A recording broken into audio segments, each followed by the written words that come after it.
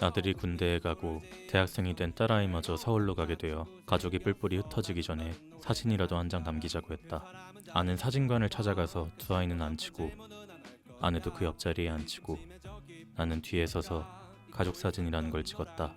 깨어나 나를 깨우면 잠시 우린 time travel 일어난 오늘 비비면 다시 또 미스테이크 어떤 말을 미장원에 다녀오고 무스도 발라보고 웃는 표정을 짓는다고 지어보았지만 그만 찡그린 얼굴이 되어버리고 말았다. 떫은 땡감을 씹은 듯 껄쩍지근한 아내의 얼굴, 가면을 뒤집어 쓴 듯한 나의 얼굴. 그것은 결혼 25년 만에 우리가 만든 첫 번째 세상이었다. 나태주 가족사진.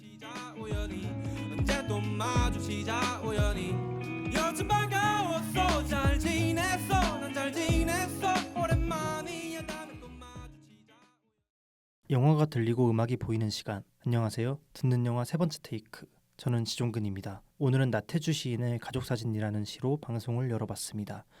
나긋나긋한 목소리로 시를 암송해준 건욱 씨와 저와 나란히 앉아 시를 감상한 승재 씨, 오늘도 함께합니다. 안녕하세요. 안녕하세요. 안녕하세요. 네, 혹시 그 초반에 좀 달라진 부분 혹시 못 느끼셨을까요? 오프닝 멘트가 네.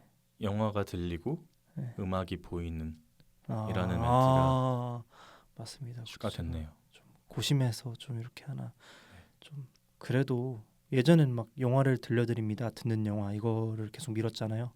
그래서 뭔가 하나 만들어야 될 것 같아서 따로 만들었고 또 달라진 점이 있는데 저희 방송에 드디어 이제 시그널 음악이 생겼습니다. 맞네요. 와. 일단 뭐 1, 2화에도 녹음분의 음악이 깔리긴 했는데 녹음 후에 음악을 좀 쓸 수 있게 돼서 이제야 소개를 할 수 있게 됐어요. 그래서 사실 제 친구인데요. 제 친구가 만든 음악인데 이제 원래는 아마 위피라는 이름으로 활동을 하다가 위피? 네, 지금은 아마 사운드 클라우드 그 계정 이름이 바뀐 걸로 봐서 아마 같은 이름은 아닌 것 같긴 해요. 일단 그래서 아무튼 군대에서 만난 친구인데 좀 그때도 이제 음악을 좀 원래 했었고 작업물을 종종 올리던 친구인데 저는 그때도 좋아했었거든요, 사실. 오케이. 네. Shout out to 위피. 위피. 근데 위피 아닐 수도 있다니까. 위피 아닐 수도 있어요. 더 이상 위피가 아닐 수도 위피였던 것일 수도 있는데. 오케이. 아무튼 그래서 어쨌든 방송을 이제 준비하다 보니까 저작권 이슈 때문에 저 음악 하나 쓰는 것조차 조금 어려움이 있었는데 이번 계기로 오랜만에 연락도 하고 한 거의 2년 만에 연락한 것 같은데 어쨌든 좀 사운드 클라우드에는 Only Child Kim이라고 검색하면 나옵니다. Only Child Kim. 그렇죠. 네, 그렇게 나오니까 좀 관심이 있는 분들은 오늘 한번 들어보시고 저희 시그널 곡 제목은 뭐였죠? 옅은입니다. Only Child Kim의 옅은 꼭 한번 들어보시면 좋을 것 같습니다. 자, 어찌됐든 벌써 6월입니다. 녹음하는 오늘은 이제 5월이지만 아마 6월에 올라가겠죠. 이제 어쨌든 6월이 또 어떤 달입니까? 어떤 달이죠? 호국보훈의 달이잖아요. 맞죠.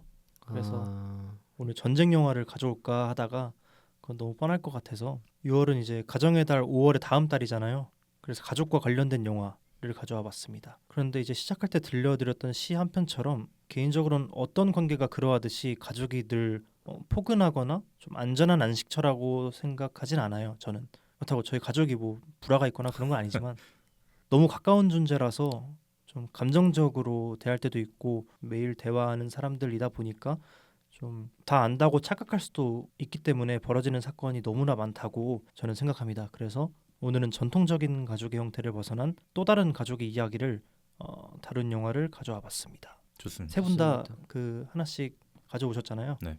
혹시 승재 씨 먼저 할까요? 저 맨날 먼저. 맨날 먼저 했어요? 그러면 제가 먼저 할까요? 제가 맨날 먼저 했는데요. 제가 먼저 고유승재. 맨날 먼저 고유승재. 그러면 건욱 씨 먼저 오늘 해볼까요? 특별하게. 그러고 싶은데 네. 아무래도 제가 먼저 할까요? 네. 좀 그 비전문가. 네, 저는 비전문가 일반인 그냥 시민 이건욱이기 때문에 시민 이건욱. 네, 시민 케인 말고 시민 이건욱. 내가 그 말 할래. 이기 때문에 시민 이건욱. 네. 알겠습니다. 그러면은 제가 먼저 오늘은 특별히 제가 먼저 하겠습니다. 제가 가져온 영화는 제이미 추 감독의 리턴 투 서울입니다. 사실 줄거리가 그렇게 좀 그냥 한 줄로 딱 설명을 드릴 수 있을 것 같아요. 어렸을 때 프랑스로 입양을 떠났던 프레디가 이제 우연히 다시 한국으로 돌아오면서 친부모를 찾게 되는 이야기인데요. 좀 흔히 생각하는 잃어버린 가족을 찾는 이야기다 하면은 좀 어, 애틋함도 있고 절절함도 있을 수 있는데 이 영화는 이제 그런 감정과는 좀 거리가 있어요. 좀 재밌었던 부분은 그 프레디가 한 20년 오랜만에 한국에 돌아온 프레디와 어린 시절 좀 한국명은 연희예요. 연희. 어린 시절 연희를 떠나보낸 가족 간의 이제 온도차가 되게 심했어요. 프레디는 가족과의 만남에 대해 되게 호기심을 갖다가도 거리를 두고 싶어해요. 뭐 이를테면 이제 자기가 묵는 게스트하우스에 사장하는 친구랑 같이 그 가족이 묵고 있는 군산으로 내려가는 장면이 있는데 자기가 분명 가보고 싶다고 했었는데 그러니까 그 입양을 약간 주최하는 그런 하몬드라는 곳이 있어요. 하몬드라는 그 입양을 주최해주는 그런 곳이 있었는데 거기를 통해서 가족이 군산에 살고 있다는 사실을 알고 자기 그 친구와 한국에서 와서 이제 알게 된 한국인 친구와 같이 군산에 내려가는 장면이 있는데 버스를 타고 내려가다가 갑자기 이제 벌떡 일어나서는 기사 아저씨한테 그 버스 기사분한테 그냥 한국 돌아가자고 막 나 한국 갈래요 한국 갈래요 막 이거를 영어로 계속 이렇게 막 고래고래 소리 지르는 장면이 있어요. 그런 것처럼 좀 되게 복잡한 심경을 되게 나타내는 것 같아요. 되게 가족이 궁금하기도 하지만 그냥 뭐랄까 좀 원래 좀 어렸을 때 그 가족을 만나는 게 맞나 좀 라는 심경으로 좀 복잡한 것 같고 그래서 좀 깊게 얽히고 싶진 않다라는 느낌도 들었어요. 좀 프레디가 이제 그러한 좀 태도를 가졌다면은 군산에 살고 있는 가족은 되게 달랐어요. 자기가 특히 그 아버지가 오광록 배우가 연기를 했는데 사정이 있었다. 너를 정말 보내기 싫었다. 근데 너를 위해서 프랑스로 너를 보낼 수밖에 없었다라는 이제 좀 절절한 그런 사연을 자꾸 늘어놓고 뭐 연인은 사실 크게 동요하진 않았지만 결국 심지어는 이제 프랑스에서의 프레디가 삶이 또 있을 텐데 개인적인 삶이 있을 텐데 또 한국 와서 살라고 좀 무턱대고 좀 무리하게 좀 얘기하기도 하고 좀 그런 태도를 보이더라고요. 그래서 그 감정이 좀 제가 사실 그 입장에 놓이진 않았지만 감히 이해가 되려고 하다가도 좀 부담스럽게 다가오는 가족의 모습이 좀 짐처럼 느껴지기도 했어요. 나라면 또 어떻게 반응했을까라는 생각도 들었고 그래서 영화를 보다 보면 좀 혈육의 정 하면 느껴지는 좀 전통적이거나 전형적인 그 한국인 가정의 모습을 이 감독이 캄보디아계 프랑스인인데 이제 그 감독의 시선에선 이렇게 그려내는구나라고 느끼기도 했어요. 막 좀 그래도 자고 가지 하는 그런 대사 있잖아요. 어떤 시장에 가서 그래도 하나 골라봐 약간 이런 뭐랄까 그런 대사나 좀 오광록 배우의 연기라든가 좀 이제 그런 걸 약간 좀 외국계 감독의 입장에선 이렇게 그려내는구나 좀 그렇게 느끼기도 해서 좀 흥미롭기도 했어요. 그래서 어쨌든 처음에는 그 프레디는 영화 초반에 프레디는 이제 오랜만에 만난 그 가족들을 되게 조금 멀리 하려는 그런 스탠스를 보이다가도 결국 옛 가족에게 마음을 엽니다. 꽤 오랜 시간이 걸리는 걸로 묘사가 되지만 어쨌든 그 일련의 과정이 처음 이제 뿌리내린 환경에 대한 이유 모를 갈망이나 좀 회귀 의지 같이 보이기도 했어요. 프레디는 항상 그 기댈 구석이 필요했던 사람으로 묘사가 되거든요. 그래서 아무튼 어쩌다 보니 좀 영화 그 자체보다는 인물 간의 관계 또 그 태도와 좀 집중해서 이야기를 했던 것 같아요. 또 그래서 어쨌든 이번에 리턴 투 서울을 다시 보면서 좀 오랜 기간 성장한 환경도 물론 중요하지만 내가 어디서 태어나서 뭐 길든 짧든 누구와 함께 좀 살아왔는지 그것도 역시 중요하다 그런 생각이 들더라고요. 그래서 조금 뭐 다른 얘기일 수도 있지만 좀 낳은 정 다르고 키운 정 다르고 뭐 이렇다는 말 있잖아요. 뭐 그 부분에 대해서 좀 깊게 생각해 본 적은 없었던 것 같은데 이제 리턴 투 서울을 보면서 좀 잠시나마 누군가는 겪었을 삶에 대해 좀 다시 생각해 볼 수 있는 기회를 가졌던 것 같습니다. 또 마지막으로 첨언하자면 좀 한국의 클래식이라고 할 수 있는 음악들이 영화 전반에 되게 흘렀던 점이 좋았어요. 그 헤어질 결심에서 보시면은 정훈이의 안개가 되게 좀 여러 번 나오고 하잖아요. 마지막에 이제 엔딩 크레딧 올라갈 때도 나오고. 근데 리턴 투 서울에는 이제 김추자의 꽃잎이라는 음악이 계속 나오는데 처음 듣는데 굉장히 좋아요. 굉장히 좋고 되게 여러 번 나오고 이제 극 중에 프레디도 되게 좋아하는 음악으로 나오고 음악을 되게 잘 쓴 영화라고 생각이 들었어요. 무슨 그 아름다운 강산 좀 이런 음악도 조금 계속 나오고 해서 전 되게 좋게 봤던 좀 눈도 즐겁고 귀도 즐거웠던 그런 영화였던 것 같습니다. 꼭 한번 보시면 좋을 것 같습니다. 그럼 뭔가 그 좀 중립적으로 그 상황에 대해서 보여주는 건가요? 뭔가 들었을 때는 특히 어떤 영화들은 그 예를 들면 그 영화로 예를 들자면 음. 프레디의 입장으로 설명 좀 주로 풀어 나가다가 결국에 그 한국에 있는 가족들의 입장까지도 이해하게끔 하는 구성일 수도 있는데 그냥 관객이 알아서 해석하게끔 중립적으로 보여줄 수도 있는 거니까 어떤 식으로 영화의 시선이 좀 있었는지가 궁금해요. 제 개인적인 판단이지만 프레디의 시선에서 조금 더 좀 많이 묘사가 되었다고 생각을 합니다. 실제로 프레디를 연기한 박지민 배우가 실제로 이제 프랑스에 이민을 갔던 초등학생 때 이민을 갔던 이력이 있는데 아마 좀 개인적인 경험도 많이 담아서 연기를 하지 않았나 싶어요. 좀 그렇다 보니까 제 입장에선 그랬어요. 좀 그렇다 보니까 사실 감독도 그렇고 이제 배우도 그렇다 보니까 좀 뭐랄까 중립적이지만은 않다는 그런 생각이 들었어요. 왜냐면 그 프레디가 그 오랜 시간을 한 뭐 거의 아마 7년 이 정도였을 거예요. 처음 다시 20살이 25살 그쯤 돼서 한국에 다시 돌아와서 그것도 가족을 만나러 돌아온 건 아니었거든요. 원래 일본 여행을 가려다가 태풍 때문에 일본에 못 가게 돼서 한국으로 우연히 들어온 건데 가족을 찾게 된 건데 이제 그 7년이라는 시간을 겪고 나서 프레디가 저는 아예 처음 한국에 왔을 때는 다신 가족을 안 볼 것 같았어요. 왜냐면 가족이 너무 부담스럽게 대하니까. 근데 이제 다시 프랑스로 돌아가서 이제 한국 약간 방산 업체 그런 프랑스의 방산 업체에서 일하다가 한국인 바이어랑 무슨 대화를 위해서 한국에 다시 들어온 거였어요. 근데 보니까 그때는 이제 가족을 대하는 태도가 조금 많이 바뀌고 되게 유해져서 이제 그 사이에 어떤 일이 있었는지는 잘 묘사가 안 됐다고 저는 생각을 해요. 왜냐면은 어떤 일이 있었길래 가족들이랑 다시 이렇게 잘 지내고 했을까? 약간 그런 부분에 대한 묘사는 조금 부족했다는 생각이 들어서 중립적이다기보다는 오히려 그냥 프레디의 시선에서 영화가 전개됐다는 느낌이 조금 강하게 드는 것 같습니다. 그냥 뭔가 그 사이의 일은 많이 오랫동안 생각해보니 내가 이렇게 부담스러워할 필요는 없다라는 그럴 수도 있겠죠. 어떤 그냥 그런 식의 진행으로 사이 내용이 딱히 없었던 게 아닐까요? 그럴 수도 있어요. 아니면 그냥 약간 한국식 정서로 그러니까요. 세월이 해결해 주겠지. 시간이 음, 약이다. 그런 정서도 조금 있지 않을까.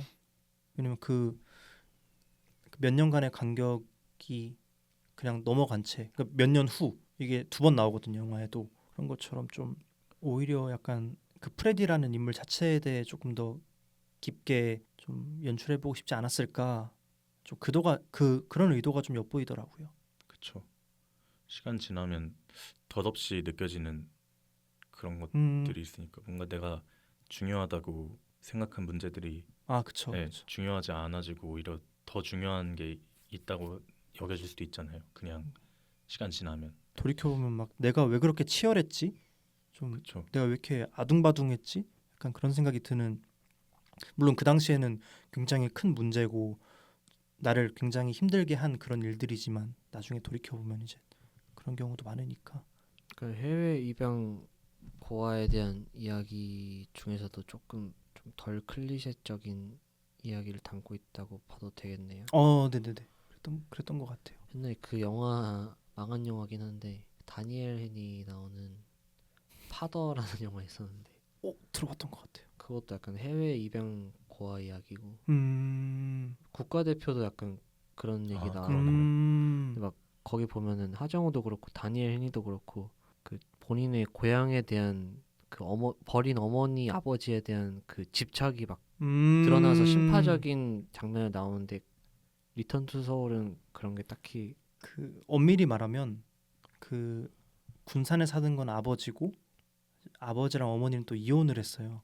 그래서 어머니는 따로 연락이 안 되다가 프레디가 그래도 찾아달라 이렇게 하는데 그 하몬드 그쪽에다가 요청을 하는데 안 된다고. 이게 1년에 제 기억엔 1년에 3번 정도 전보를 쳤는데 답신이 안 오면은 더 이상 연락할 수가 없대요. 그 주소도 그 찾고 싶은, 이 영어로 따지면 프레디겠죠. 프레디한테 알려줄 수가 없대요. 이게 법적으로 제약이 있어서. 근데 이 하몬드 측에서 계속 조금 1년에 3번을 채워서 다음 이듬해에도 3번 또 전보를 쳐보고 하다가 계속 그렇게 연락을 하니까 이제 어머니 측에서 응답을 해서 그 하몬드 그 시설 안에서 만나는 시간을 갖긴 해요. 근데 저는 그 장면조차도 그렇게 절절하거나 좀 신파처럼 느껴지진 않았어요. 그냥 그 환경에서 할 수 있는 최선의 연기를 했다고 저는 생각을 해요. 그래서 어떻게 그려지는지 한번 보시면은 되게 좋을 것 같아요. 되게 조심스럽게 저는 담겨 있다 그런 생각을 했습니다. 저 아직 보고 싶은 영화인데 아직 못 봤어요. 리턴 투 서울. 네, 패스트 라이브즈도 아직 못 봤고 그쵸. 또 이게 최근에 개봉했잖아요. 맞아요. 근데 이 리턴 투 서울이 제가 이번에 준비하면서 찾아보다가 제가 이거를, 그러니까 제가 이 영화를 5월 15일에 봤는데 올해 5월 15일에 다시 봤는데 작년 5월 15일에 본 거예요. 와우. 1년 만에 우연히 그랬다고요. So what? 우연히 내게 우연히 봄. 진짜 우연히 봄. 우연히 봄. 알겠습니다. 넷플릭스에 있으니까. 네. 끝났나요? 네, 저는 이제 제 이야기는 끝났고 다음 누가 하실래요? 누가 빠지실래요? 승재 씨. 저는 한숨을. 주제가 이제 뒤틀린 뒤틀린. 가족 네, 그쵸. 얘기잖아요. 진짜 뒤틀린 가족, 음. 가정의 달을 생각을 해서 대척점에 있는.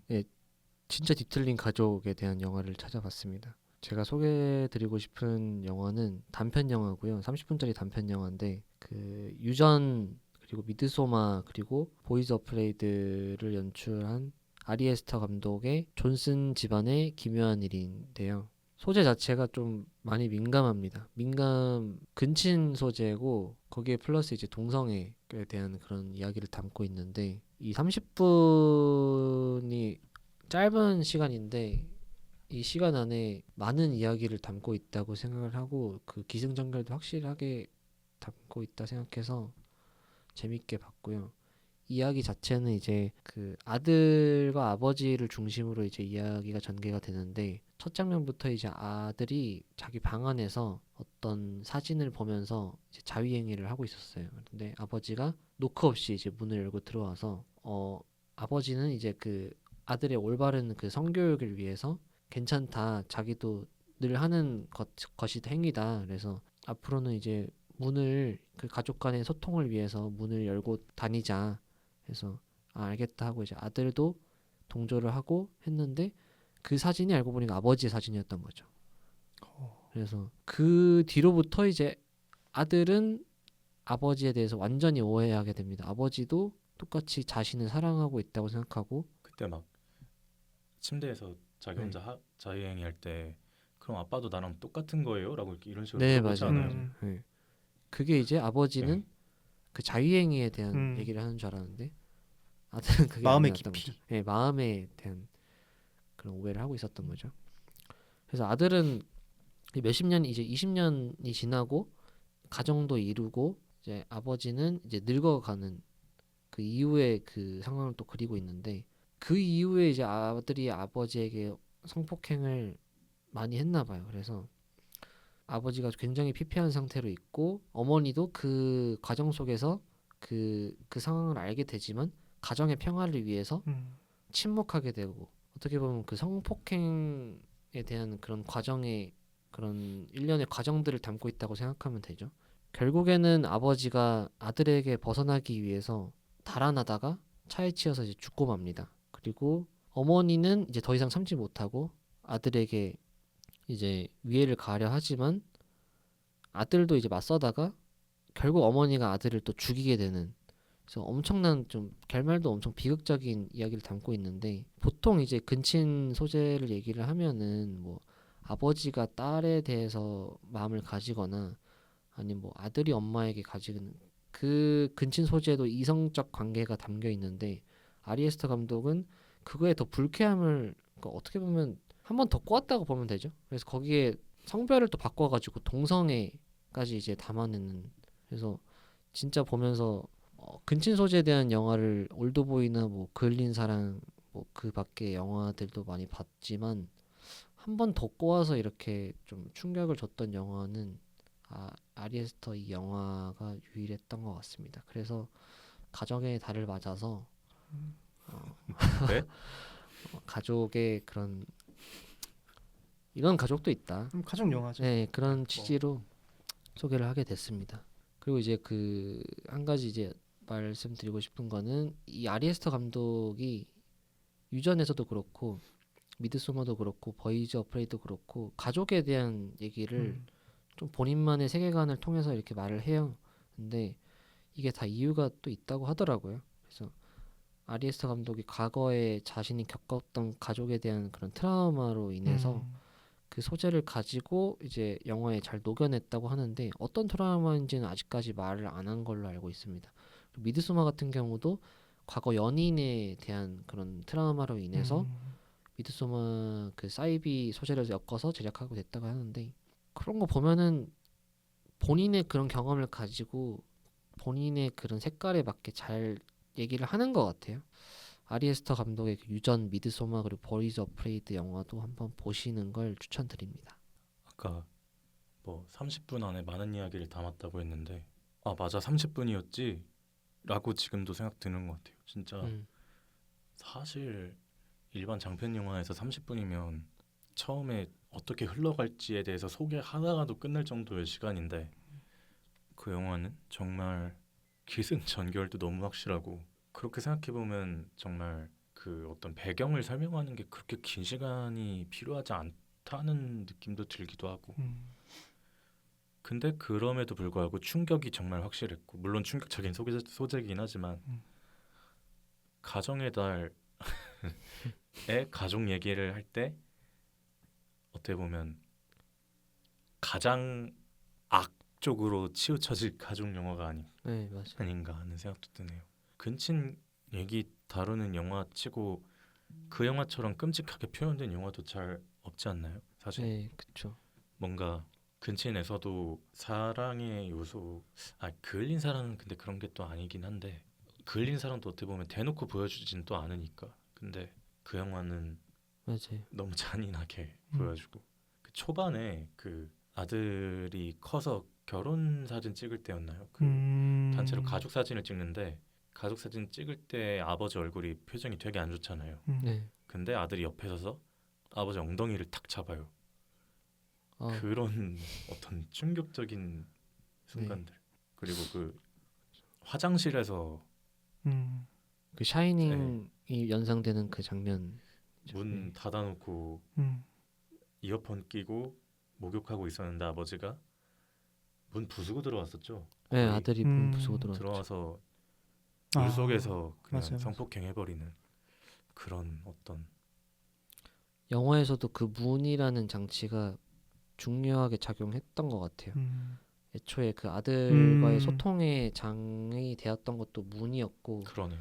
그리고 영화를 보다 보면은 아버지가 본인의 방 안에서 문을 열고 나간 씬은 마지막 죽기 전 씬밖에 없었다고 하더라고요. 그때까지는 본인이 아들 방에 이제 문을 열고 가거나 아니면 사실 계속 문을 닫아놓고 있거나 문을 닫음으로써 아들이 와서 또 성폭행을 했죠. 그때까지는 계속 문 안에 있는 그 방 안에만 갇혀 있었는데 비로소 문을 열고 집안에 탈출했을 때는 이제 본인의 죽음에 가까워진 그 시기였던 거죠. 그래서 그 문이라는 장치도 굉장히 중요하게 작용했던 것 같고 그리고 영화를 보다 보면 어떻게 보면 근친 소재인 만큼 오이디푸스 콤플렉스라는 그 장치가 많이 보였던 것 같은 게 오이디푸스도 어머니와 결혼을 하고 나중에 그 사실을 알고 누나를 찔러서 시력을 잃어버리잖아요. 그래서 본인이 본인 눈을 찔렀다면은 그럼 반대로 어머니가 아들의 눈을 찔렀죠. 그래서 아들이 그렇게 죽게 되는데 그리고 오이디푸 콤플렉스라는 게 이제 또 오이디푸스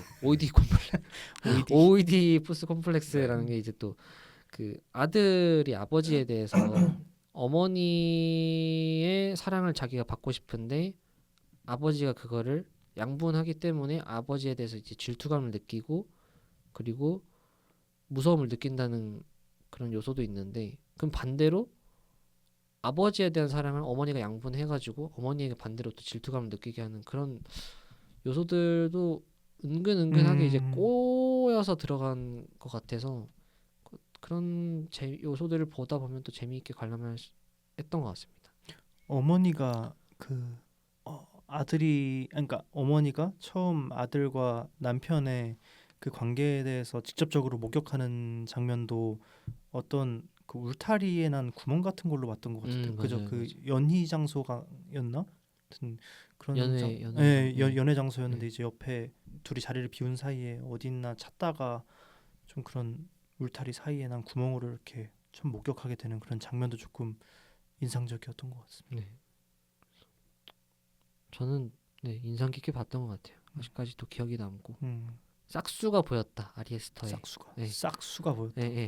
2008년에 단편을 시작해서 그 뒤로 이제 10년 뒤에 장편 데뷔를 유전으로 하는데 그 10년 동안에 꽤 많은 단편을 제작한 걸로 알고 있는데 꼭 보셔야 될 단편 중에 하나라고 생각합니다. 보이즈 프리즈도 원래 보였잖아요. 네, 맞아요. 보라는 단편에서 시작했던 영화고 그것도 가족 간의 그 얘기를 담고 있죠. 궁금해지네요. 그의 네. 그 가족 그 유년 시절. 네. 보이즈 프리즈는 근데 좀 많이 이해하기 좀 어려웠던 것 같아요. 개인적으로. 네. 이해하기 어렵다고 하셔서 다행이네요. 나만 이해 못한 줄. 난 진짜 그 마지막에 어려웠거든요. 괴물 나올 때 그 남근 괴물. 네, 남근 괴물. 저 근데 남근인지도 몰랐어요 처음에. 솔직히 진짜로. 근데 그 지금의 그 여자친구랑 처음 같이 본 영화가 보이즈 어프레이드였는데 되게 어색하던 시절에 사귀기도 전이었어요. 처음 같이 본 영화가 보이즈 어프레이드였는데 그때 여자친구는 알았더라고요. 저는 몰랐고. 모르기가 그런가요? 쉽지가 않아요. 저 너무 때 안 타서 그런가? 아무튼 네. 다음 건욱 씨 가져오신 영화 뭘까요? 네, 저는 애프터 양이란 영화를 가져왔고 어제 봤어요. 처음으로. 오늘 이거 준비하면서 어제랑 오늘 준비하면서 느낀 건데 충분히 많이 생각해보지 않고 말하는 것 같긴 한데 사실 그래도 일단 소개를 해드리자면 이 미래 사회에서 가족 역할을 해줄 수 있는 테크노라고 불리는 로봇이 있어요. 이제 그 로봇의 이름이 양인데 어느 날 갑자기 양이 작동을 멈춰요.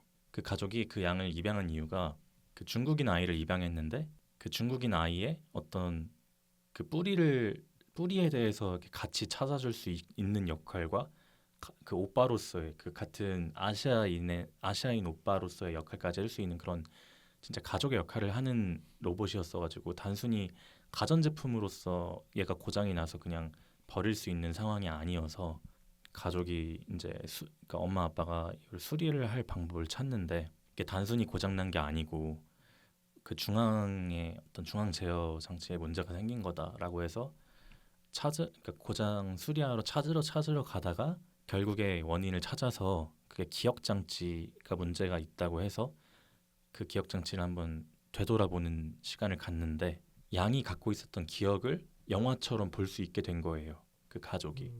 근데 결국에 그래서 양이 어떠한 생각을 했었는지 그동안 가족들과 함께 살면서 그리고 뭔가 어떤 장면들을 남기고 싶었는지 그 그 테크노한테 있는 기능이 원하는 순간을 지정해서 3초간 남길 수 있는데 그런 여러 가지 장면들이 있거든요.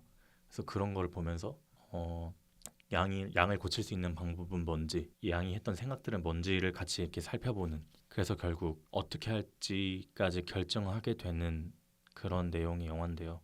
양이 남긴 그런 순간들이 사실 되게 일상적인 순간이에요. 뭐 거울을 보고 있거나 아니면 땅바닥에 비치는 그 오후 햇살에 비치는 어떤 그림자 이런 거를 볼 때도 있고 차를 내리고 있는 아버지의 모습을 볼 때도 있고 나비 표본 같은 걸 모으거든요. 그런 거를 볼 때도 있는데 양이 사실은 그 완전히 새 제품으로 산 게 아니고 중고 테크노 그러니까 중고 로봇을 산 거예요. 근데 양은 한 번도 제대로 꺼진 적 없이 어떤 수면 상태로 여러 대에 거쳐서 계속 중고 거래가 되어왔던 그런 로봇인데 그래서 그런 기억하고 싶은 순간들이 엄청나게 많이 있던 거예요. 근데 그런 순간들이 전부 굉장히 일상적이거나 아니면 근데 그중에 또 사람도 있고 기억하고 싶은 그러니까 로봇한테 일반적이지 않은 거죠. 그러니까 우리 인간이 생각하기에 굉장히 일상적인 거라서 이거를 왜 기억하고 싶은 순간에 넣었지? 하는 것들도 있었지만 또 한편으로는 로봇으로서 기억할 만하다고 생각되지 않는 그런 사람들에 대한 것도 있고 사랑도 있잖아요. 또. 그쵸 그 그쵸. 사람이 결국 사랑하고 연결되어 있는 거예요. 양은 어떤 조금 다른 테크노들과는 좀 다르게 그런 사랑을 할 줄 아는 로봇이고 그리고 그 긴 시간 동안 한 번도 꺼지지 않고 계속해서 새로운 가족들을 만나야 되는 입장으로서 자기한테 의미가 있는 것을 계속 찾고 있었거든요. 근데 이제 우리가 생각하는 의미랑 좀 달랐던 거죠. 굉장히 그러니까 아까 말한 일상적인 것들 그리고 주인공이라고 할 수 있는 그 아버지는 차를 내리는 사람이고 그래서 그런 대화가 하나 나와요. 자기는 차를 내리는 모습을 보는 게 좋다. 그래서 왜 차를 좋아하냐? 양이 이렇게 묻거든요, 아버지한테. 이것에 인생을 쏟아부은 이유는 뭐냐? 근데 아버지는 사실 그렇게 대답 못해요. 인생을 쏟아부은 것까지는 아니니까 그냥 그 차를 내릴 때 그리고 차의 향을 맡고 음미할 때 그 차의 역사랑 뭐 그곳의 냄새, 그러니까 차가 처음 온 곳의 냄새 뭐 그런 거를 느낄 수 있어서 차를 내리는 거다. 그러니까 차에 대한 일을 하는 거다라고 해서 같이 마셔볼까 하고 같이 마시는데 로봇이라서 같이 마시면 그냥 마실 수가 없는 거죠. 그래서 영화에 그게 그대로 나오거든요. 마시면 그 차가 떨어지는 소리가 그냥 들려요. 그 철통 안으로. 근데 어찌됐건 양한테는 그게 의미가 있던 순간인 거죠. 그 누군가에게 의미가 있는 순간을 물어보면서 그 자체가 의미 있는 순간으로 남고 그리고 어머니한테도 그 나비 표본에 대한 얘기를 하는데 그 어머니와 양 사이에서도 그런 기억할 만한 대화가 있는데 나비 표본을 가지고 나비의 삶에 대한 얘기를 해요. 그중에 애벌레에겐 끝이지만 나비에겐 시작이다라는 말에 대해서 양이 사실 끝에 아무것도 없어도 괜찮다는 식으로 말을 해요. 그러니까 안드로이드로서 끝은 상관없지만 양한테는 항상 어쨌든 자기가 살아가는 의미를 계속 찾고 싶었던 거죠. 그러니까 양은 테크노로서 사랑을 느낄 수 없는 존재지만 그 복제 인간을 사랑하기도 하고 근데 그 복제 인간도 자기가 예전에 그 있었던 어떤 가족 그 테크노로서 일했던 가족의 어떤 일원의 복제 인간을 사랑하는 거거든요. 그래서 그런 그 알아보면 알아갈수록 그냥 계속 자기 의미를 찾았던 거예요, 양은. 그래서 이렇게 결국에 끝까지 의미에 대해서 생각하던 양을 그냥 박물관에 전시해버리는 게 맞는 걸까라고 고민을 해요. 그 가족끼리 마지막에. 근데 그러고 싶지는 않으면서도 어쨌든간 이 사례를 다른 사람들도 다른 인간들도 좀 알아야 한다라고 생각하면서 그냥 영화 끝이 나거든요. 그냥 그 결국 박물관에 그러니까 박물관에 전시되는 쪽으로 그냥 그렇게 영화 끝이 나는데 그냥 일상적인 순간에 대한 의미에 대해서도 생각을 해본 것 같고. 근데 양이 그러면 그 중국인 모델로 한 로봇이고 그 로봇이 여러 세대를 걸쳐서 누군가의 딸이었던 거죠. 근데 이번에 주인공 가족에 와서 했는데 고장이 나가지고 맞아요. 그 에피소드를 담고 있는 거죠. 그런 건데 약간 아이로봇하고도 비슷하면서 뭔가 좀 다르네요. 아이로봇은 반란을 하잖아요. AI. 맞아요. AI 같은데. 맨날 헷갈려. 네. 아이로봇은 그쵸. 윌 스미스 나온. AI가 그 진짜 재밌게 봤던 그 영화인데 그것도 어떻게 보면 가족 얘기고 뭔가 피노키오 이야기도 이렇게 담고 있는 영화였던 것 같은데. 그러니까 그냥 간략하게 설명하자면 결국에 보여주고 싶었던 거는 어떤 아시아인에 대한 차별과 그리고 가족에 대한 사랑과 삶의 의미에 대해서 찾는 딱 그 가치관에 대해서 설명하고 있는 영화인데 이게 그 대상이 인간이 생각하는 게 아니고 로봇이 그렇게 생각했다는 것에서 더 와닿았던 것 같습니다. 그냥 일상적인 순간들을 너무 잘 담았거든요. 그 영화 화면에서 진짜 너무 그냥 지나가면서 놓칠 수 있는 순간들인데 그런 거 하나하나를 다 유의미하게 남겼으니까 그런 거를 좀 유의 깊게 봐도 좋을 것 같다고 생각했고 그리고 그러니까 그냥 비주얼에 신경 써서 보면 좋을 것 같아요. 이 영화는 그 양의 눈으로 보는 세상이 영화의 전반적인 어떤 좀 의미가 깊은 장면들인데 그게 제목하고도 관련이 있네. 애프터 양. 그쵸. 그러니까 양이 남긴 고장난 것들. 후 양이 남긴 거 뭐 그런 내용인데 맨날 그 영화하고 헷갈려가지고 어떤 거요? 애프터선 애프터 시리즈. 맞아 저도 그랬어요. 이 감독이 한국계 맞아요. 이름이 엄청 코고나다. 코고나다? 네. 예명 예명인 것 코시? 같아요. 코시일. 그리고 양을 연기한 배우도 한국계예요. 아 파친코 감독. 맞아요. 맞아요. 콜럼버스. 근데 저는 어쨌든 이 영화 저도 좀 예전에 봤지만 감독이 하고 싶은 얘기가 결국 그 양의 시선에 담겨 있다고 그런 생각도 들었어요. 우리가 일상적으로 영위하는 삶에 대해서 다시 한번 돌아볼 수 있고 한 번 더 어떤 그런 가족의 의미에 대해서도 한 번 더 생각해 볼 수 있는 좀 그런 내용도 담겨 있다. 저는 그런 생각도 같이 들었던 것 같습니다. 약간 색깔이 리턴 투 서울하고도 조금 비슷한가? 약간 리턴 투 서울도 감독이 한국 아니요, 캄보디아계 프랑스인. 완전히 다른 사람이네. 아예 먼 나라 네. 먼 나라 이야기를 이렇게 담으셨네. 제이미 추. 재미 추요. 제이미 추. 아, 이제 일반적인 가족 이야기를 담은 그런 영화 말고 저희가 생각하는 좀 일반적이지 않은 좀 대척점에 있는 그런 작품들을 하나씩 가져와서 이렇게 한번 얘기해봤는데 좀 가족이란 게 그런 것 같아요. 항상 뭐 좋을 수만은 없고 그쵸. 네, 항상 이제 뭐 어떤 서로에게 좋은 존재일 수는 없는 거잖아요. 일반적인 친구나 뭐 밖에서 관계가 그렇듯이 이제 가족도 전 그렇다고 생각하는데 그래서 저는 뭐 오늘 방송 다 마치고 저희도 그렇고 이제 듣고 계신 여러분들도 한번 가족들께 한번 앞으로도 내가 싸가지 없을 수도 있는데 좀 잘 부탁한다. 통보, 그렇죠? 선포. 선포. 그러니까 그렇게 하고 하는 거랑 안 하고 들어가는 거랑은 다를 수 있다. 출사표. 출사표죠. 미리 이렇게 음. 좀 정립해두고 음. 나중에 사용하면 될 것 같아요. 좀 싸가지 없게 할 수 있는 거. 그래요. 그래서 아무튼 좀 그런 좀 건강한 가족 관계를 저희가 한번 응원하면서 네. 오늘 방송 마치면 좋을 것 같습니다. 좋습니다. 아무튼 뭐 인사 한번 하고 그래요. 가면 좋을 것 같아요. 밥 맛있게 드세요.